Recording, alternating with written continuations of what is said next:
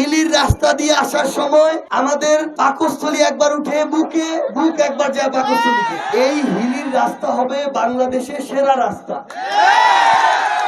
অথচ যেই হিলি থেকে কোটি কোটি টাকা রেভিনিউ একটা রাষ্ট্র পায়, সেই হিলির রাস্তা দিয়ে আসার সময় আমাদের পাকস্থলী একবার উঠে বুকে, বুক একবার যায় পাকস্থলীতে। তাহলে এতদিন ধরে উন্নয়নের নামে আপনাদের হিলি থেকে শোষণ করা হয়েছে। এইখান থেকে নিয়ে যে যার পছন্দের এলাকায় ক্ষমতার অপব্যবহার করে বড় বড় এক্সপ্রেসওয়ে বানিয়েছে। আমাদের সমস্যা নেই, পুরো বাংলাদেশ এক্সপ্রেসওয়ে হোক, কিন্তু আমার হিলির যতটুকু উন্নয়ন দরকার ছিল, আমার হিলির যতটুকু প্রাপ্য ছিল, ততটুকু তো আমার হিলিকে দিতে হবে, ততটুকু তো আমার হাকিমপুরকে দিতে হবে। তাহলে আমরা বিগত বছরে এই যে 16 বছর ধরে শুনলাম উন্নয়নের জোরে বাংলাদেশ ভেসে যাচ্ছে, অথচ আমার এখানে যেই রাস্তা দিয়ে শত শত কোটি টাকার পণ্য ইম্পোর্ট এক্সপোর্ট হয়, সেই রাস্তায় আমার গাড়ি একবার ডান দিকে যায়, একবার বাম দিকে যায়। আমরা আসলে বাংলাদেশে এতদিন ধরে এই যে বৈষম্যের স্ট্রিম রোলারটি দেখেছি, এটার বিরুদ্ধে গিয়ে আমাদের এই অভ্যুত্থান পরবর্তী এই নতুন বাংলাদেশ, খুনি হাসিনার পতন হয়েছে। আপনাদের আমাদের গণ আন্দোলনে ভয় দেশ ছেড়ে পালিয়েছে।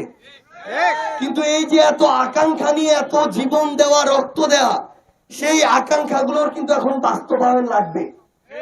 আমরা বাংলাদেশের প্রত্যেকটি উপজেলায় জেলায় যাচ্ছি এই মাঠের কথাগুলো শোনার জন্য, কোথায় কি সমস্যা সেটা জানার জন্য। একটা রাজনৈতিক দল, আমরা বিগত বছরগুলো ধরে কালচার দেখেছি, তারা ইলেকশনের আগে কোটি কোটি টাকা দিয়ে মনোনয়ন কেনে, মনোনয়ন কেনার পরে ক্ষমতার অপব্যবহার করে এমপি নির্বাচিত হয়েছে।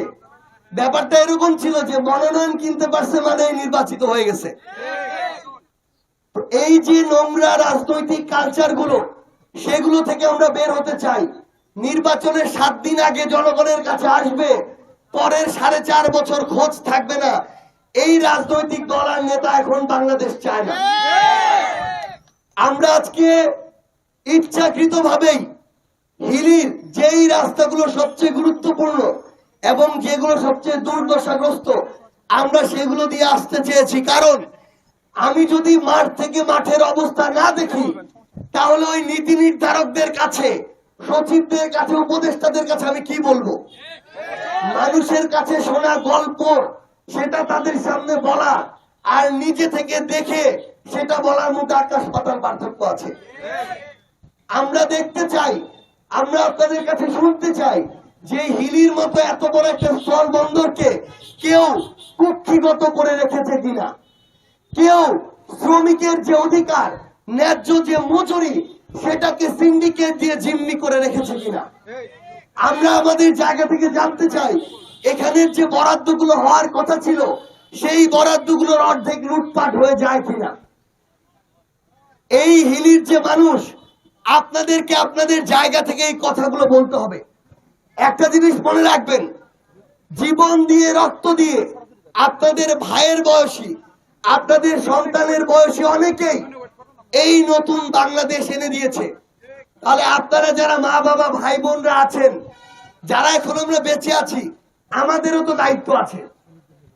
আমাদের দায়িত্ব হচ্ছে এই যে এত রক্ত এবং জীবন দেওয়া হলো একটা নতুন ভালো বাংলাদেশের প্রত্যাশায়, এই জন্য আপনাদের জায়গা থেকে আপনারা ভালো মানুষদেরকে প্রমোট করবেন, খারাপ মানুষদেরকে পরিত্যাগ করবেন।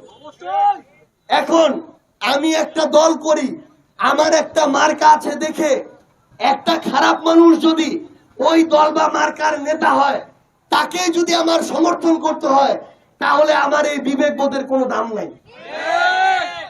আমাদের জায়গা থেকে একটা মানুষ যদি ভালো হয়, সে যেই রাজনৈতিক দলের হোক না কেন, তার মার্কা যেটাই হোক না কেন, তাকেই আমাদের জনপ্রতিনিধি হিসেবে নির্বাচিত করা উচিত। কারণ আপনি যদি ভালো মানুষের হাতে আপনার ওই ক্ষমতাটুকু তুলে দেন, তাহলে সেই ক্ষমতাকে কাজে লাগিয়ে সে আপনাদের জন্য ভালো করবে। আর যদি দলের প্রতি অন্ধ হয়ে যান, মার্কার প্রতি অন্ধ হয়ে যান, তাহলে ওই ক্ষমতা পিপাসু নেতারা এসে আপনাদের সাথে পরবর্তীতে দাসের মতো আচরণ করবে। আমাদের এখানে হাজার হাজার শ্রমিক ভাই রয়েছেন। আমরা বাংলাদেশের বিভিন্ন স্থল বন্দরে, সি পোর্টে এটা দেখি, আমাদের শ্রমিক ভাইদেরকে জিম্মি করে রাখা হয়, একটা সিন্ডিকেটের অধীনে রাখা হয়। তাদের বেতনের একটা অংশ হাতে গোনা 2-4 জন মানুষ হারামের মতো প্রতিনিয়ত ভোগ করে। এই যে সিন্ডিকেট গুলো, এগুলোর বিরুদ্ধে আপনাদেরকে রুখে দাঁড়াতে হবে। আপনাদের কোন একজন নেতা যদি খালি সুবিধা নেয়ার জন্য নেতা হয়, তাকে নেতা মানার প্রয়োজন নাই। আপনাদের, আমরা বিভিন্ন শ্রমিক ইউনিয়নে দেখি একজন শ্রমিক নেতা, সে জীবনে শ্রমিকও ছিল না, শ্রমিকের সাথে